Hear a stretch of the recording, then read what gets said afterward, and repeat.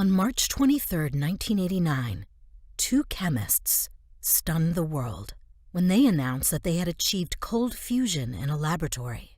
Martin Fleischmann, one of Britain's leading electrochemists, and his colleague Stanley Pons, then chairman of the University of Utah's chemistry department, reported that they were able to create a nuclear reaction at room temperature in a test tube. Since then, cold fusion has been replicated in hundreds of experiments in dozens of major laboratories, all reporting similar results under similar conditions. But what is cold fusion, and how do we know it is real? Cold fusion is a nuclear reaction that generates heat without burning chemical fuel.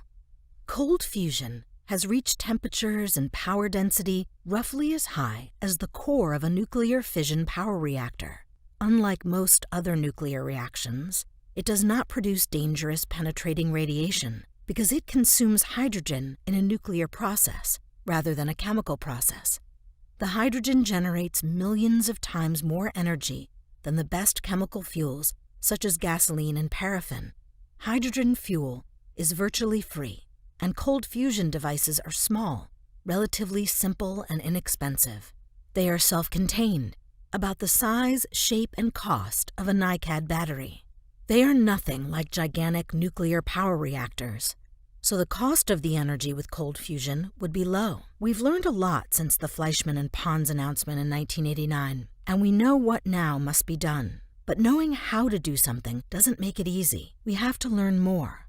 With enough research, scientists may learn to control cold fusion and make it safe, reliable, and cost-effective. But it's going to take thousands of hours of research and millions of dollars of high-precision equipment. Basic research is expensive.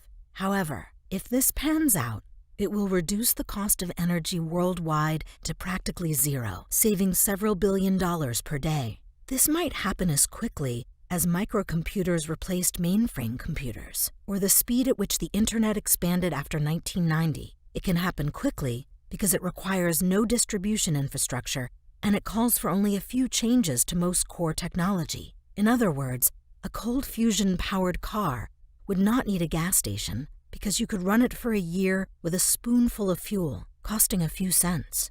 But that is information for another video, another day. Look what they did to cold fusion. There's real stuff in cold fusion. 600 experiments worked, for goodness sake. So the thing is, you're against the scientific community is against you. Lock, stock, and barrel. And by the way, everything is a distribution curve.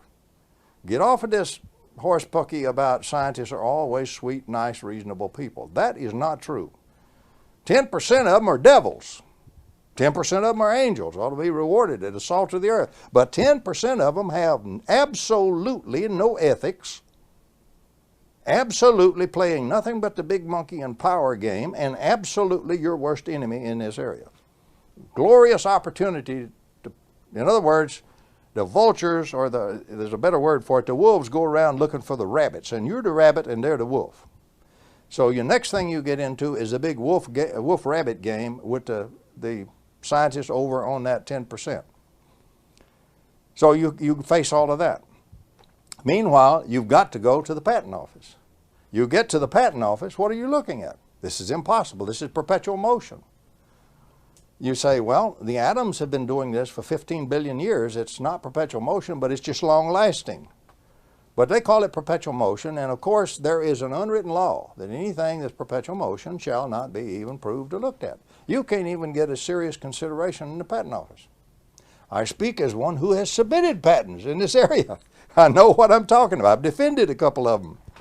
So what we have is a situation where the entire structure of science, industry, the organizations of science, and the patent office are already against you. If you can't get a patent, how can you license? So it's a real neat little thing. It's the old chicken and egg situation. If I had the chickens, I could get some eggs. If I had the eggs, I could get some chickens. This situation is designed so you never get chickens and you never get eggs. So the only thing you can do is to try to put your head down and continue with that and do one other thing, communication. Fortunately, we do have the internet. course, sure, it's full of a lot of bad information. It's also full of a lot of good information. You just have to discriminate. So the other thing you have to do to have any chance at all is communicate, communicate, communicate, communicate, which we do to the limit that we're legally able to do and not lose our patents.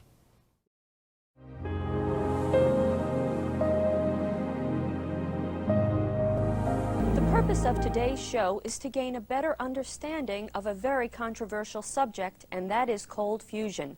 Some believe this topic is dead. However, my guest, Dr. Eugene Mallove, will not let it die. He believes passionately in the viability of cold fusion. In the simplest terms, cold fusion uses water to produce energy at room temperature. Moselle Brown had to be transferred from federal prison in Ohio to make this appearance in Norwich Superior Court. 40-year-old Moselle Brown, the third suspect in the beating death of Eugene Mallove, is currently serving time in the Ohio federal prison for weapons and drug violations. His charges here: felony murder, murder and robbery for the May 2004 murder of the New Hampshire scientist.